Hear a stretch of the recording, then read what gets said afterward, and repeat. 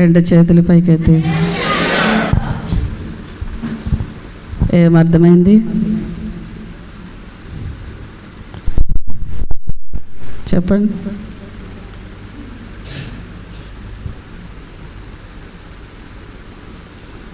ఎల్లెల్లమ్మ చెప్పావు కానీ తినంగా ముగించడం మానేసి. హల్లెలూయా, హల్లెలూయా. ఎన్ని అంశాలు చెప్పాడు?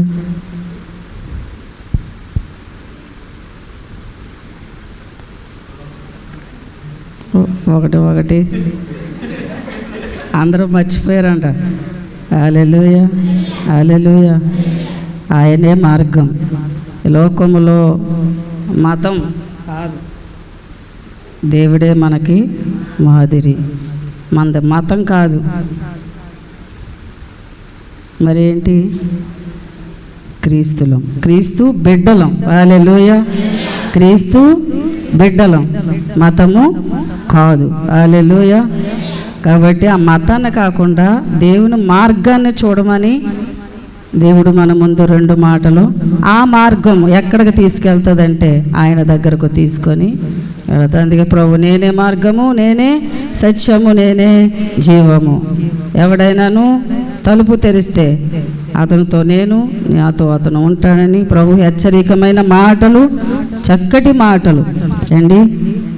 చాలాసార్లు చెప్పు అంటే చెప్పేవాడు కాదు, కానీ ప్రభు ఈ సంవత్సరంలో అవకాశం ఇచ్చాడు. ప్రార్థన చేయండి. త్వరలోనే దేవుడు ఇద్దరినీ కూడా సేవలో బలంగా వాడబడాలని. ఒక్కరు కాదు, ఇద్దరు. హల్లెలూయా, హల్లెలూయా. ఇద్దరు కొరకు ప్రార్థన, సంఘం యొక్క ప్రార్థన చాలా బలమైనది. అనుదిన ప్రార్థనలో మీరు జ్ఞాపకం చేసుకోండి. కొన్ని మాటలు నేను ఎంతోసేపు చెప్పను, కానీ ఒక్క 20 నిమిషాలు చెప్తాను. ఉన్న 10 నిమిషాలు నాట్యం చేస్తూ దేవుని సన్నిధిలో ఆరాధన చేద్దాం. హల్లెలూయా. చూడండి, నూతన సంవత్సరానికి ముందు, ఇప్పుడు ఇది మన ఏంటి, నూతన సంవత్సరంలోనికి ఇంకా రాలేదు. ఇప్పుడు మనం ఎక్కడున్నాం? 2025. 2025 26లో ప్రవేశించటానికి మన ముందు ఒకే ఒక అరగంట ఉంది. ఎంత ఉందండి? ఒక అరగంట. ప్రభు ఈరోజు కొన్ని మాటలు మన ముందు, పాత ఈ 2025లో మనం ఏం చేసాం, 26లో ఏం చేయబోతున్నాం, 25లో మన జీవితం ఏంటి, ఎలా బ్రతికాం క్రీస్తు కొరకు. ప్రతిరోజు ప్రతి వారం మనం అందరం దేవుని మాటలు వింటున్నాం, టీవీలో వింటున్నాం, రేడియోలో వింటున్నాం, అన్నీ వింటున్నాం. కానీ ప్రభు కొన్ని మాటలు ఏమో ఆఖరి దినాలు, ఏ రోజు ప్రభు వస్తాడో కూడా మనకి తెలియదు. కాబట్టి అందరము కూడా ఏక మనస్సు కలిగి, ఐక్యత కలిగి ప్రభు రాజ్యం కొరకు సిద్ధపడాలి. జీవరత్నం హల్లెలూయా. రెండు చేతుల ఆకాశమున్న దేవుని బట్టి ఎవరి కొరకు సిద్ధపడాలండి? ప్రభు కొరకు. మనం ప్రభు కొరకు సిద్ధపడాలి అంటే ఏంటి? పాతవి అన్నిటినీ కూడా విడిచిపెట్టాలి. దేన్ని విడిచిపెట్టాలండి? పాత విడిచిపెట్టాలి. మనం ఏం చేయాలి అంటే, పాతవి మొదట్లో ఈ 2025లో ఏమి చేయలేదో ప్రభు కొరకు 2026లో మనం అది చెయ్యాలి. ఇది ఏంటండి? 2025లో మనం ఏం చేయలేదో 2026లో మనం అది చేయాలి, చేసి చూపించాలి. తీర్మానము కాదు ఏంటండి? తీర్మానము. ఇప్పుడు చాలామంది తీర్మానం చేసేస్తారు. ఎలాగా? నేను ఇలా చేసేస్తానండి, అలా చేసేస్తానండి, ఇలాగండి. ఇప్పుడు మోకరించి ప్రార్థన చేసి నేను దేవుని కొరకు ఇలాగుంటాను. ఒక 2 రోజులు 3 రోజుల తర్వాత ఆ తీర్మానాన్ని పక్కన పెట్టి మరలా ఏకధీటిగా ఎవరి పనులు వారే. ప్రభు ఈరోజు మాట్లాడుతున్నారు. ఈ సంవత్సరము దేవుడు ఏ టైంలో వస్తాడు అంటే, ఈ సంవత్సరం అని చెప్పలేను, వచ్చే సంవత్సరం అని చెప్పలేను, ఒక గడి అని చెప్పలేను, లేకపోతే ఈ రోజు అని చెప్పలేను. కానీ ప్రభు రాజ్యం కొరకు మనం సిద్ధపడాలి అంటే కొన్ని మాటలు చూడండి. మనం ఎవరితో సహవాసము చెయ్యాలి? నెంబర్ 1, ఎవరితో సహవాసము చేస్తే మన జీవితాలు బాగుపడతాయి? చెప్పండి. ఎవరితో సహవాసం? చెప్పాలి, గట్టిగా చెప్పాలి. దేవునితో సహవాసం చేస్తే ఏం కలుగుతుంది? చెడ్డవారితో సహవాసం చేస్తే ఏం కలుగుతుంది? రెండు దారులు మన ముందు ఉన్నాయి. ఎంతవరకు మన జీవితాలు ఎలా గడిచిపోయాయి, ఎంతవరకు మన బ్రతుకులు ఏదోలా గడిచిపోయాయి. కానీ ఇక నుంచి అయినా దేవునితో సహవాసం చేస్తే మన జీవితాలు ఎలాగుంటాయి, చెడ్డవారితో స్నేహం చేస్తే మన బ్రతుకులు ఎలాగుంటాయో ప్రభు వాక్యంలోనికి వెళ్దాం. చూడండి, యోబు రాసిన గ్రంథము, యోబు గ్రంథము 22వ అధ్యాయము, యోబు గ్రంథము 22వ అధ్యాయము 21వ వచనం చదువుకుందాం. యోబు గ్రంథము 22వ అధ్యాయము. అందరూ బైబిల్ తెరచి అందరూ చెప్దాం. మీరు చెప్పండి అమ్మా, అందరూ చెప్తారు, వాళ్ళు చెప్తారు, మీరు చెప్పండి. చెప్పండి అమ్మా. ఆయనతో సహవాసము చేసిన వాళ్ళు అందరూ చెప్దాం, గట్టి చెప్పండి. నీకు సమాధానము కలుగును, అలాగునే నీకు మేలు కలుగును. ఎవరితో సహవాసం చేస్తే? దేవునితో సహవాసం చే. జాగ్రత్తగా వినండి. అసలు ఒక మనిషికి కావలసింది ఏంటో తెలుసా? ఆయనతో సంబంధం. ఈ లోకంలో మనుషులు ఈరోజు నీతో ఉంటారు, రేపు నీతో. ఈరోజు నిన్ను మంచి అంటారు, రేపు మంచి. ఈరోజు నిన్ను చెడు అంటారు, అదే నోరుపు నిన్ను పొగుడుతుంది. కానీ మనుషుని యొక్క సహవాసం కాదు. ఎవరి సహవాసం? మొదట ప్రతి క్రైస్తవుడు ఎంచుకోవలసిన, తీర్మానం చేసుకోవాలి. ఈ సంవత్సరంలో మనం ఏం చేయాలి తెలుసా? ప్రభువా, ఎంతకాలము కూడా నేను ఎవరెవరితోనో సహవాసం చేశాను, ఏ విషయంలోనో సహవాసం చేశాను, అసలు ఎందుకు పనికిరాని సహవాసాలు చేశాను, కానీ నీతో సహవాసాన్ని నేను దూరం చేసుకున్నాను. ప్రభువుతో సహవాసాన్ని దూరము చేసుకుంటే ఒక వ్యక్తికి కలిగే నష్టము చాలా భయంకరంగా ఉంటుంది. దేవునితో సహవాసం కలిగి ఉంటే ఆ వ్యక్తికి మేలు కలుగుతుంది. అందరు చెప్పండి అమ్మా, అందరు చెప్పాలి. ఎవరితో సహవాసం? ఎంతమందికి ఫ్రెండ్స్ ఉన్నారు? నాకు ఉన్నారు ఫ్రెండ్స్, అయినా కానీ నేను పట్టించుకోను. ఇప్పుడు కాదు, ఇప్పుడు అందరూ కూడా అన్న చెల్లెళ్ళు, అన్న తమ్ముళ్ళు, అక్క చెల్లెళ్ళు, తల్లి కూతుర్లు, ఇది మన బంధం, ఫ్రెండ్స్ కాదు. అర్థమైందా? మనం ఎవరమే? అన్న చెల్లెళ్ళు, అక్క తమ్ముళ్ళు, తల్లి, మన బంధం ఇది ఫ్రెండ్స్. అప్పుడు ఫ్రెండ్స్ అంటే ఏదో ఎప్పుడో చదువుకున్నప్పుడు ఇంటర్లో, అది కూడా ఒక ఆవిడే. హల్లెలూయా. ఎక్కువ మనకు స్నేహం చేయడాలు, వాళ్ళతో తిరిగి తీర్థాలకు వెళ్ళడాలు, పిక్నిక్లకి వెళ్ళడాలు, అలాంటివి మనకు లేవు. మనదంతా ఇంట్లో బంధించడాలి. హల్లెలూయా. గట్టిగా దేవుని స్తోత్రం చెల్లుదాం. సహవాసం. ఇప్పుడు మనం ఎవరమే? మీ ఫ్రెండ్ ఎవరు? ప్రశాంతి అంట ఆ ఫ్రెండ్. కానీ మన ఫ్రెండ్, మన స్నేహితుడు ఎవరో తెలుసా? ప్రభు. ఆ ప్రభువుతో సహవాసము చేస్తే ఏం కలుగుతుంది? మేలు. అయితే అప్పుడు యోబు యొక్క పరిస్థితి ఏంటో తెలుసండి? యోబు యొక్క పరిస్థితి, ఈ మాట చెప్పే టైంకి యోబు భక్తుని యొక్క పరిస్థితి అన్నీ కోల్పోయాడు. ఏమయ్యాడండి? గట్టి చెప్పరేటమ్మా. ఆవలిందులు వచ్చేస్తున్నాయా? నిద్ర వచ్చేస్తుందండి అన్న వాళ్ళు చేతులు ఎత్తండి. నిద్ర రాలేదు, తెలివేసే ఉన్నారు. ఆవలించొద్దు, ఏగలు దూరేస్తాయి. యోబు భక్తుని యొక్క పరిస్థితి అప్పటికి ఏంటో తెలుసా? అన్నీ కోల్పోయాడు. ఈ మాట ఎవరితో చెప్తున్నారో తెలుసా? తన స్నేహితులతో చెప్తున్నాడు. యోబుకి 3 స్నేహితులు. ఎంతమంది? గట్టి చెప్పండి. 3 స్నేహితులు. ఈ 3 స్నేహితులు కూడా చాలా అమితముగా, వాళ్ళు దేవుని బిడ్డలే, దేవునితో గట్టిగా నడిచిన వారే, చక్కటి స్నేహితులు.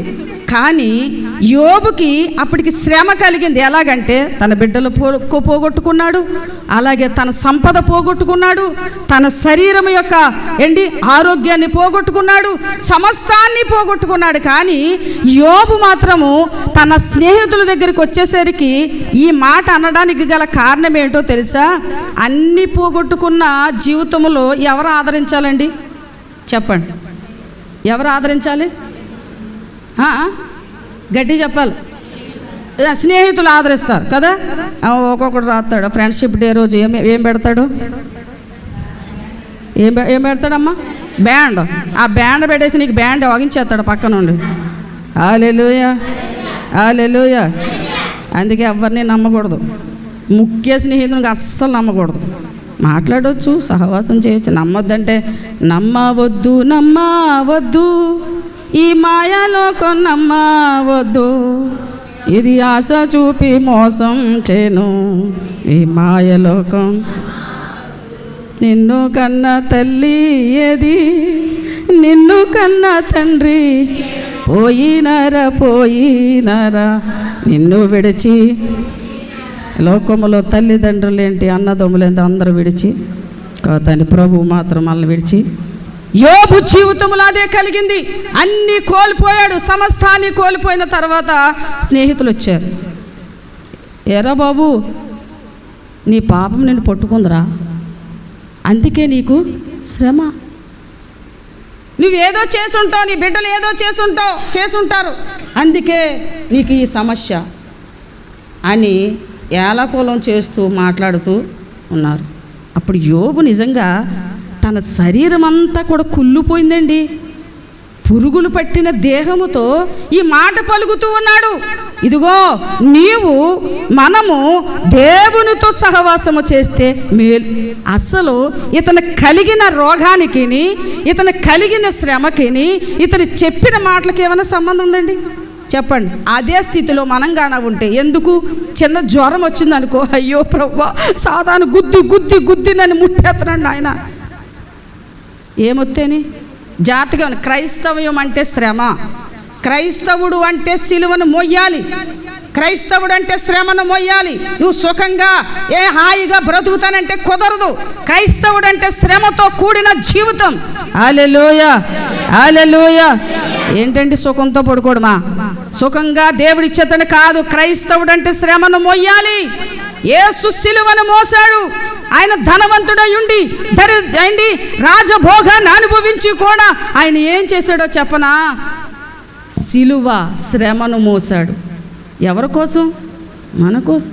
రాజాతి రాజయ్యుండి, రాజులకు రాజయ్యుండి, గొప్పవాడయ్యుండి శ్రమను మోసాడు. మన భారాన్ని ఆయన మోసాడు. కానీ మనకు మాత్రం చిన్న నీరసం వస్తే చాలు, చిన్న బలహీనత. బలహీనతలను అందరికి ఇప్పుడు ఉన్న పొజిషన్లో ప్రతి ఒక్కరికి బలహీనతలు లేనివాడు ఎవడు ఉండడు, సమస్యలు లేనివాడు ఎవడు ఉండడు, ఆర్థిక ఇబ్బందులు లేనివాడు ఎవడు ఉండడు. హల్లెలూయా. అందరికీ సమస్యలు, ఇరుకులు, ఇబ్బందులు, వ్యాధి బాధలు. కానీ ఈ సమయంలో యోబు అన్నీ కోల్పోయి, శరీరం కూలిపోయిన తర్వాత అంటున్నాడు, ఒరే బాబు, నేను ఆయనతో సహవాసం చేస్తాను, నేను చేశాను ఆయనతో సహవాసం, నాకు మేలు కలుగుతుంది. ఏది మేలు? ఎక్కడ కలిగింది నీకు మేలు అని అంటున్నారు ఈ స్నేహితులు. నువ్వు పాపము చేసావు కాబట్టి నీకు మేలు కలగలేదంటే, లేదు లేదు లేదు, దేవుడు నాకు మేలు చేస్తాడు, ఆయన నాకు సమాధానాన్ని. మరి ఏం జరిగింది చెప్పండి? ఈ మాటలు పలికిన తర్వాత ఆఖరి అధ్యాయములో యోబు జీవితంలో 4 అంతల, ఎన్నంతల ఆశీర్వాదం అండి. నిజంగా అదే స్థానంలో మనం కాన ఉంటే ఆ మాట పలకగలమా? చిన్న నీరసం వస్తే, అయ్యో నేను మందిరానికి రానండి, అయ్యో అక్కడ ఏదో జరుగుతుందండి, అయ్యో నువ్వు ఎలాగూ క్రైస్తవ్యానికి ఇలా కాదు మనం చేయవలసింది, క్రీస్తు నా కొరకు మరణించ. ప్రతి ఒక్కరూ తెలుసుకోవాల్సిన పని ఏంటో, క్రీస్తు నా కొరకు మరణించాడు. అందరూ చెప్పండి. నీ కొరకు ఎవరు మరణించారు? నీ తల్లి మరణించిందా? నీ తండ్రి మరణించాడా? నీ బిడ్డలు మరణించారా? నీ సమస్యను నీ బిడ్డలు తీరుస్తారా? నీ తల్లి తీరుస్తా, తండ్రి తీరుస్తాడా? ఎవరు తీరుస్తాడంటే ప్రభు, నా ప్రభు. అందరూ చెప్పండి, నా ప్రభు. నీవు ఎక్కడికి వెళ్ళినా సరే, నువ్వు ఎందుకు యేసు ప్రభు నమ్ముకున్నావనంటే, అయ్యో నాకు రోగం పోయిందండి అందుకు యేసు నమ్మాను అని అనొద్దు. అయ్యో దేవుడు నాకు పెద్ద మేడిచ్చాడండి అని నేను యేసు నమ్మానని నువ్వు అనొద్దు. లేకపోతే నాకున్న సమస్యలు పోయండి అందుకే నేను యేసు నమ్మాను, ఇది కాదు. నా కొరకు ప్రభు ప్రాణం పెట్టాడు. ఎంతమంది కొరకు యేసు ప్రాణం పెట్టాడు? చేతులు ఎత్తండి. అంటే యేసుప్రభు మీ కొరకు ప్రాణం పెట్టలేదా? అలా కాకుండానే ఇక్కడికి వచ్చి ఆరాధన చేస్తున్నారా? చెప్పండి. ప్రాణం పెట్టలేదా మీ కొరకు? గట్టిగా చెప్పాలి. ప్రాణం పెట్టాడా లేదా మీ కొరకు యేసు? ప్రాణం పెట్టకుండా ఇక్కడికి వచ్చి ఆరాధన చేస్తున్నారా? మీ పాపాలన్నీ తొలగించి మీ పాపమంతా ఆయన మీద వేసుకొని మీకు సులువైన మార్గాన్ని ఇచ్చింది ఎవరంటే ప్రభువైన యేసుక్రీస్తు. హల్లెలూయా, హల్లెలూయా. ఏం కలుగుతుందమ్మా? సమాధానం. యోబు జీవితంలో తనంతా పోయిన నిరీక్షణతో విశ్వాసముతో పలికిన ఈ మాటల వలన యోబు తిరిగి 4 అంతల ఆశీర్వాదాన్ని పొందుకున్నాడు. ఈ రాత్రి ఎంతమంది బిడ్డలు నిరీక్షణ లేకుండా అయ్యో నా జీవితం ఎప్పుడు ఇలాగే ఉండిపోయింది, ఎప్పుడు నా బ్రతుకు ఇలాగే ఉండిపోయింది, ఇంకా నేను ఎదుగు బొదుగు ఉండను, ఇంకా నా ఇల్లు ఎదుగు బొదుగు ఉండదు, నా పరిస్థితి మారదు, నా జీవితం మారదు అని ఎంతమంది బిడ్డలు ఈ రాత్రి అనుకుంటున్నారో ప్రభు అంటున్నాడు, యోబు వలె నిరీక్షణ కలిగి అనండి, నా దేవుడు నాకు మేలు చేస్తాడు. గట్టి చెప్పండి, గట్టి చెప్పండి. నా దేవుడు నాకు మేలు చేస్తాడు. నేను మనుషుల్ని నమ్మటం లేదు, నా దేవుడు నేను నమ్ముకుంటున్నాను. ఆయన నా కొరకు ప్రాణం పెట్టాడు, ఆయన నా కొరకు త్యాగము చేశాడు. అలాంటి దేవుడు నేను కలిగి ఉన్నానని చెప్పి హృదయపూర్వకంగా విశ్వాసముతో ఎవరైతే ఈ మాటలు పలుకుతారో వారి జీవితంలో మేలు కలుగుతుంది. హల్లెలూయా. ఇంకా చూడండి, మొదటి కొరింథీయులకు రాసిన పత్రిక, మొదటి కొరింథీయులకు రాసిన పత్రిక. ఇంకా ఏమి కలుగుతుంది మనకి? ఇంకా మనకి ఏం కలుగుతుందో చూద్దాం. మొదటి కొరింథీయులకు రాసిన పత్రిక 7వ అధ్యాయం 14వ వచనం. యోబు జీవితంలో కలిగిన మేలు మనకి కలగాలంటే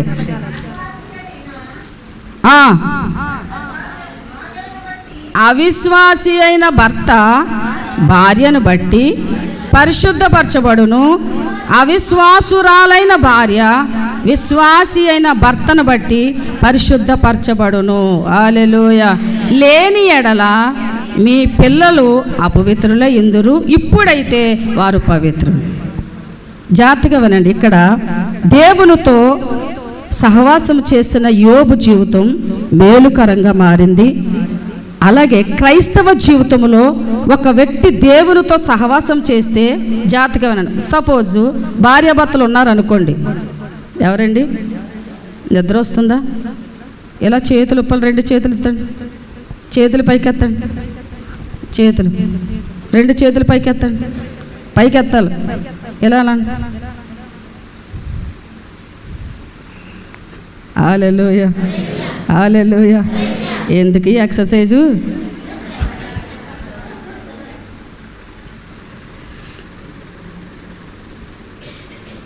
ఇద్దరు భార్యాభర్తలు ఉన్నారనుకోండి. ఒక వ్యక్తి బాగా ప్రార్థన, భర్త బాగా ప్రార్థన చేసి దేవునితో సహవాసం కలిగి ఉన్నాడు అనుకో. సపోజ్ ఇప్పుడు అవిశ్వాస అయిన భార్య తన ప్రక్కన ఉంటుంది. ఇప్పుడు ఈ అవిశ్వాస అయిన భార్య తన భర్తను చూసి ఏమి నేర్చుకోవాలి? ఏం నేర్చుకోవాలి? ఈ భర్త ఎవరితో సహవాసం చేస్తున్నాడు? ఇతను ఎంత దేవునితో సహవాసము చేసినప్పుడల్లా తనకి శోధన భార్య ద్వారా వస్తూ ఉందే అనుకో, ఆ భర్త దేవుని యొక్క సహవాసాన్ని మానేసి లోకానుసారంగా తిరిగాడు అనుకో, ఇద్దరు కలిసి ఎక్కడికి వెళ్తారో? నరకంలోకి. అదే భర్త దేవునితో సహవాసం చేస్తూ ఈ అవిశ్వాసైన భార్యయే, దేవుడేంటి ఏదో అల్ప విశ్వాసము కలిగిన భార్యయే, కానీ తనను మార్చుట కొరకు ఈ భర్త దేవునితో పరిపూర్ణంగా ప్రార్థన చేశాడు అనుకోండి, దేవునితో సహవాసం చేశాడు అనుకోండి, ఈ అవిశ్వాసైన భార్య ఆటోమేటిక్గా తన చేసిన దేవునితో సహవాసం చేస్తున్నాడు కాబట్టి ఖచ్చితంగా మారిపోతుంది. హల్లెలూయా. ఎందుకు ఇద్దరు సమాధానం గురించి చెప్తున్నాను. యోబు జీవితంలో తన దేవునితో సహవాసం చేయడం మేలు కలిగింది. ఇద్దరు భార్యాభర్తలు దేవునితో సహవాసము చేస్తే ఏం కలుగుతుందో తెలుసా? సమాధానము. గట్టి చెప్పండి, గట్టి చెప్పండి. ఇప్పుడు భార్య దగ్గరకు వద్దాం. భార్య బాగా ప్రార్థన చేస్తుంది. ఎవరు? బాగా ప్రార్థన చేస్తుంది. భర్త సరిగా ప్రార్థన చేయడు. అంటే సరిగా ఒకవేళ ప్రార్థనకి సన్నిధికి వెళ్ళనివ్వడు. ఎన్నో ఆటంకాలు కలుగుతాయి, ఎన్నో ఇబ్బందులు కలుగుతాయి భర్త ద్వారా. కానీ ఈమె మాత్రము ఎవరితో సహవాసం చేస్తుంది? గట్టి చెప్పాలి. దేవునితో సహవాసము చేస్తుంది. నీ సహవాసము దేవునితో కాబట్టి ఆ దేవుడు ఏం చేస్తాడంటే నీ భర్తను మారుస్తాడు. అదే నీ భర్త అవిశ్వాసయుండి నీవు ఇంటింటికి తిరుగుతూ ఇష్టానుసారంగా నీ జీవితాన్ని గడుపుతూ అసలైన దేవునిని విడిచిపెట్టి అసలైన దేవునితో సహవాసము చేయకుండా మన జీవితాలు గడిపితే ఎప్పటికీ నీ భర్త మారడం. ఇది సత్యం. నీ భర్త మారాలి అంటే ముందు పరిపూర్ణంగా దేవునితో సహవాసం కలిగి ఉండాలి. అలాగే భర్త జాగ్రత్తగా వినండి, ప్రభు మాట్లాడుతూ ఉన్నాడు. ఇద్దరు, ఒక అవిశ్వాసి నీ ప్రవర్తన వలన నీ భర్తను మార్చుకోవచ్చు. ఎవరితో సహవాసం చేస్తే కదా. అదే నువ్వు నీ భర్త అవిశ్వాస అయినప్పుడు నువ్వు విశ్వాసవే, కానీ నులివెచ్చని విశ్వాస అయ్యుండి నీ ఇష్టానుసారంగా తిరిగేవనుకో, నీ భర్త మారతాడా చెప్పండి? మారడు. దేవునితో సహవాసం చేయటం వలన నీ భర్త మారడానికి అవకాశము ఉంటుంది. హల్లెలూయా. అలాగే భార్యలు కూడా, అలాగే భర్తలు కూడా, నువ్వు విశ్వాసివైతే, సరి అయిన వాడివైతే దేవునితోనే సహవాసం చేయి, చెడ్డవారితో కాదు. నువ్వు దేవునితో సహవాసము చేయడం వల్ల నీ జీవితంలో, కుటుంబంలో సమాధానము కలుగుతుంది. ఒకవేళ మీరు అలాగూ చేయలేదనుకో, అది పిల్లల మీద పడే అవకాశం ఎక్కువగా. జాగ్రత్తగా వినండి. మీరు చేసే భక్తి పిల్లలకి ఆశీర్వాదకరమైన మార్గంలోనికి వెళ్ళాలి అంటే నీ సహవాసం తొండ్రలతో ఉండకూడదు. ఎవరితో ఉండకూడదు? చాలామంది చూడండి యేసుప్రభువుని నమ్ముతారు, కానీ ఎవరు ఆ పక్కనున్నవాడు యాలాకోలం చేస్తుంటే యేసుప్రభువుని నమ్ముకున్న వాళ్ళు కూడా వాడితో పాటు యాలాకోలము. ఎవరిని దూషిస్తున్నారు? నువ్వు ఒక విశ్వాసివి, కానీ ఎవరితో సహవాసం చేస్తున్నావు? చెడ్డవారితో, తుండ్రులతో, హేళకోలం చేసేవారితో సహవాసం చేస్తూ ఎవరిని దూషిస్తున్నావంటే ప్రభువును దూషిస్తాం. మరి నీ ఇంటిలో ఉంటుందా? మారతారా? నీ బిడ్డలు మారతారా? భర్త మారతాడా? లేకపోతే భార్య మారుతుందా? నువ్వు సరిగా దేవుని మందిరానికి రావు, సరిగా ప్రార్థించు, సరిగా నువ్వేమీ చెయ్యు, కానీ ప్రభు ఎలా మేలు చేయాలి నువ్వు ఎంత లెక్క తిరుగు. నేను ఒకటి నిన్న చూశాను, మోకాళ్ళ మీద ప్రార్థన చేస్తున్నారు, ఆరాధన చేస్తున్నారు. కిందని ఎవరికైనా సమస్య వచ్చినప్పుడు వాళ్ళు ఏం చేయాలంటే వాళ్ళు చాప వేస్తారు. ఏమేస్తారు? చాప. అదే ఆ చాప మీద కూర్చోవాలి. సమస్య పోవాలంటే ఎక్కడ కూర్చోవాలి? చాప మీద కూర్చుంటే సమస్య పోతుందా? మరి ఏం చేస్తే పోతుంది? చాప మీద కూర్చుంటే సమస్యలు పోయాలంటే అందరూ ఇక్కడ చాపలు తెచ్చుకొని హల్లెలూయా, హల్లెలూయా. దేవునితో సహవాసం చాలా బలమైనది. అలా ఉండటం వలన నువ్వు ఒక్కదానివే వస్తున్నావు దేవుని మందిరానికి, లేకపోతే నువ్వు ఒక్కడవే వస్తున్నావు దేవుని మందిరానికి, కానీ నీ సహవాసం దేవునితో ఉండాలి. ఖచ్చితంగా చెప్తున్నాను. నువ్వు ఎప్పుడైతే వస్తాయి మీ ఆయన అంట తెగ ప్రార్థన చేసేస్తున్నావు అంటాడు, లేకపోతే నీ బిడ్డలు ఇది ఇలాగ అంటారు, కానీ నీ సహవాసం పరిపూర్ణమైన దేవునితో ఉంటే నీ భర్త, నీ పిల్లలు సమయము పట్టినా సరే మారే అవకాశం ఎక్కువగా ఉంటుంది. హల్లెలూయా. అలా లేని ఎడల ఆ బిడ్డలు అపవిత్రులు అవ్వే చాయిస్ ఎక్కువగా ఉందని ప్రభు పేరట వాక్యం ద్వారా హెచ్చరిస్తూ ఉన్నాను. దేవుని బిడ్డలారా, కడవరి దినాలు చాలా జాగ్రత్తగా ఉండాలి. బిడ్డల కొరకు మన ఆలోచన ప్రకారం మనం నడవకూడదు, కానీ బిడ్డలను ఆలోచనలో పెట్టుకొని మన మైండ్ బిడ్డల మీద పెట్టుకొని ఏం చేయాలో తెలుసా? వారి కొరకు నీ సహవాసం చెత్తవారితో కాకుండా దేవునితో, అయ్యో నా బిడ్డలు ఇలాగైపోతున్నారయ్యా, నా భర్త అలాగైపోతున్నాడయ్యా. జాలజాతగా వినండి. ఈరోజు తినేస్తే మనం అయిపోతుంది, లేదంటే ఈరోజు సమృద్ధిగా వస్త్రాన్ని కట్టుకుంటే అయిపోద్ది, కానీ బిడ్డల జీవితాలు ఏమైపోతాయి, భర్త జీవితం ఏమైపోతుందని ఆలోచించే ప్రతి విశ్వాసి కూడా చెడ్డవారితో స్నేహము కాదు, దేవునితో స్నేహము చేయి. నువ్వు మార్గమును తెరవబడాలా, బిడ్డలు సరి అయిన మార్గములో నడవాలా, కుటుంబము సరి అయిన నీ కుటుంబం అంతా నీ మందిరములో ఉండాలా. అయ్యో నేను ఒక్కదాన్నే వస్తున్నానయ్యా, కాదు రావు, వస్తావు. సరి అయిన దేవుణ్ణి నువ్వు పట్టుకొని ఎప్పటికీ నీ వదలకు. ఒకసారి నేను చెప్తాను, సహవాసము చేసేటప్పుడండి, దేవునితో సహవాసం చేసినప్పుడు ఎన్నో ఆటంకాలు నీకు కలుగుతాయి. ఎలాగంటే సపోజు ఒక 2 గంటలు మన జీవితంలో ప్రార్థన చేయాలి అని మనం అనుకుంటున్నాం అనుకో, అప్పుడు ఎన్నో శోధనలు మన ముందు వచ్చి నిలబడతాయి. అయినా కానీ వాటిని మనము పట్టించుకోకూడదు. ప్రభు అంటూ ఉన్నాడు, ఈ రాత్రి దేవునితో సహవాసం చేస్తే యోబుకు మేలు కలిగింది. దేవునితో సహవాసం చేయి. ఒక అవిశ్వాసైన భర్త, విశ్వాసైన భార్య ప్రార్థన చేయడం ద్వారా ఆ ఇంటిలో మార్పు, సమాధానము కలుగుతుంది. హల్లెలూయా. ఇంకా ఆఖరగా ఒకే ఒక్క మాట చెప్పి నేను ముగించేస్తాను. చూడండి,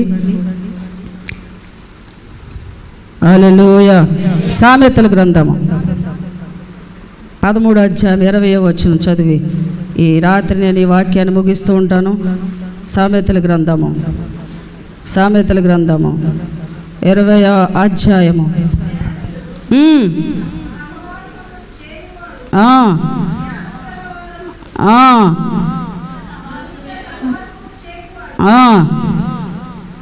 హల్లెలూయా.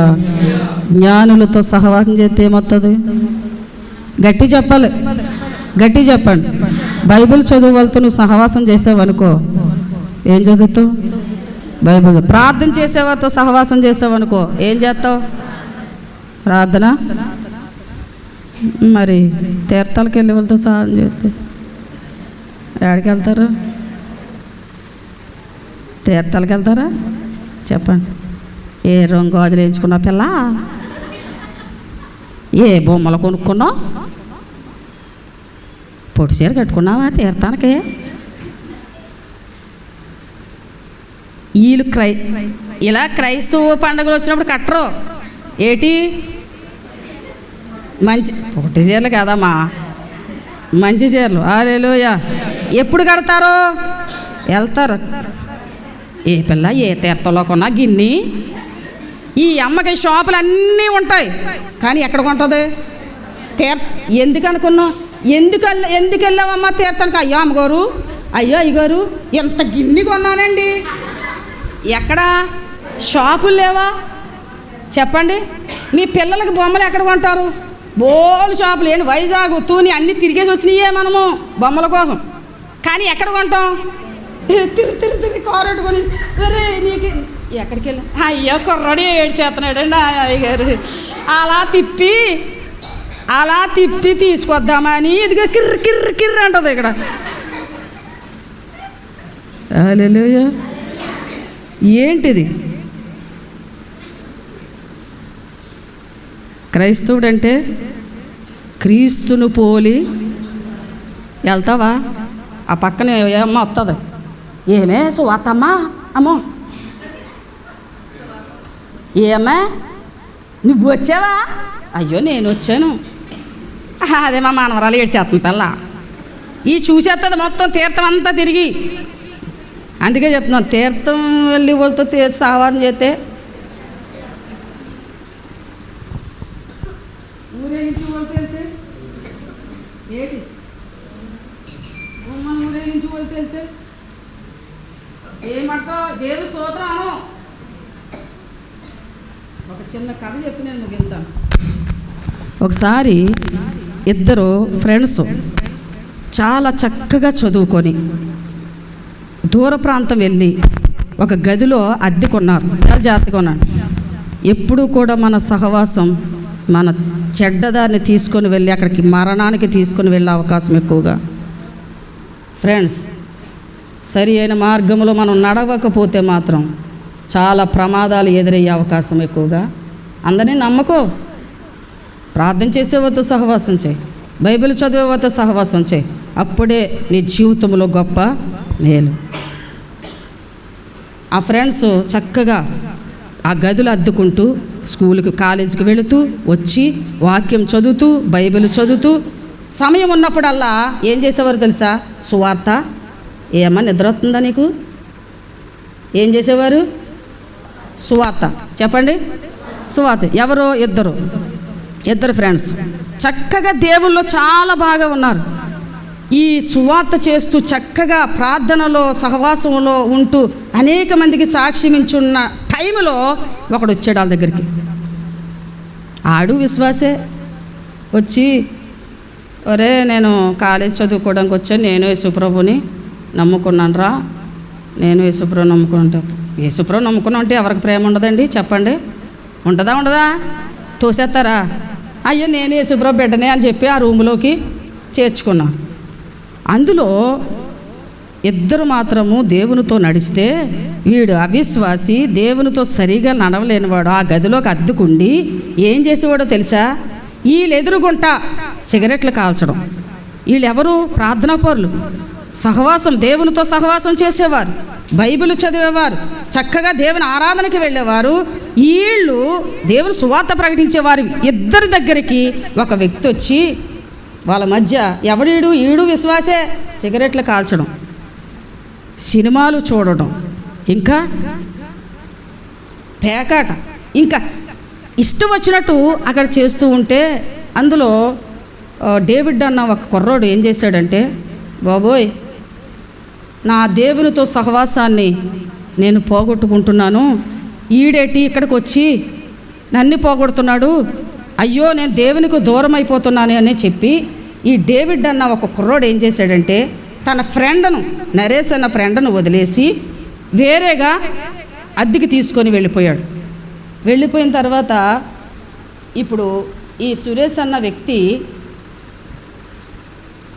ఒంటరిగా మిగిలిపోతే అవిశ్వాస అనే వ్యక్తి ఇతనికి జోడయ్యాడు. ముందు ఎవరు, డేవిడ్డును సురేష్ ఫ్రెండ్స్, వీళ్ళిద్దరూ చక్కగా దేవుళ్ళు ఉండేవారు. కానీ ఈ బాధ ఈడు ఎప్పుడైతే వచ్చాడో, అవిశ్వాసమైన జీవితాన్ని జీవిస్తున్నాడో, డేవిడ్ అన్న అతను అక్కడి నుంచి తొలగిపోయి చక్కగా దేవుని సన్నిధిలో వెళ్ళి ఒక అద్దెకి తీసుకొని దేవునితో గడపడం మొదలుపెట్టాడు. వీడు మాత్రం వెళ్ళలేదు.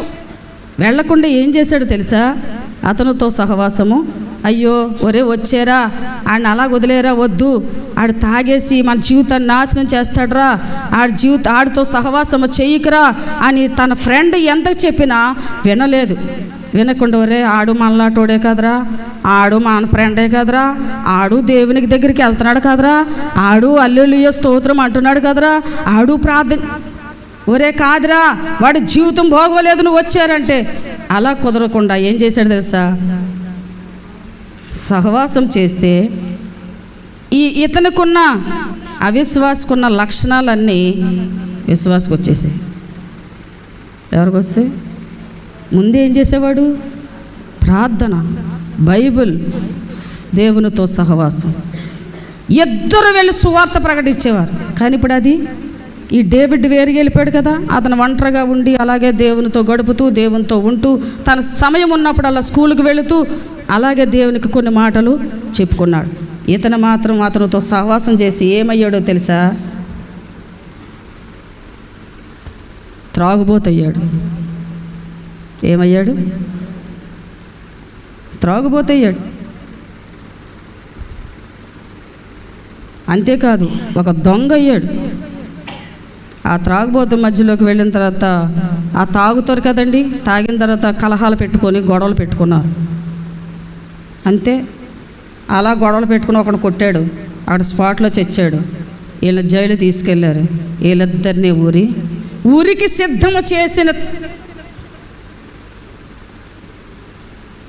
ఎక్కడికి సిద్ధం చేశారు, ఊరికి సిద్ధం చేస్తున్నారు అనబోసరికి ఈ సురేష్కి జ్ఞానం కలిగింది. అయ్యో నేను ఆ రోజు నా ఫ్రెండ్ మాటలు వినలేదు, అయ్యో ఆ రోజు నా ఫ్రెండ్ మాటలు వినుంటే ఈ రోజు నాకు ఎంత గతి వచ్చేది కాదు, నేను ఊరికంబానికి ఎక్కేవాడిని కాదు, నాకు ఈ శాస్తి జరగవలసిందని ప్రార్థన చేసుకుంటూ ఉన్నాడు.